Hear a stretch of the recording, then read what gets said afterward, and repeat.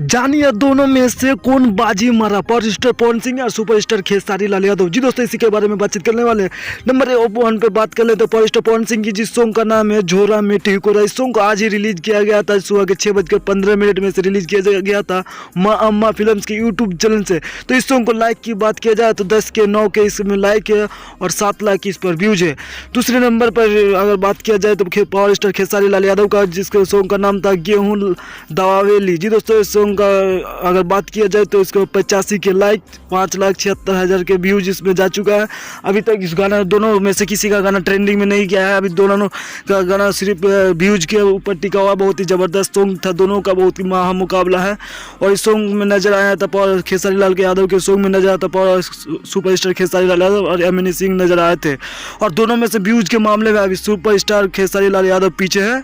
Winner is power star Pawan Singh. जय हिंद दोस्तों।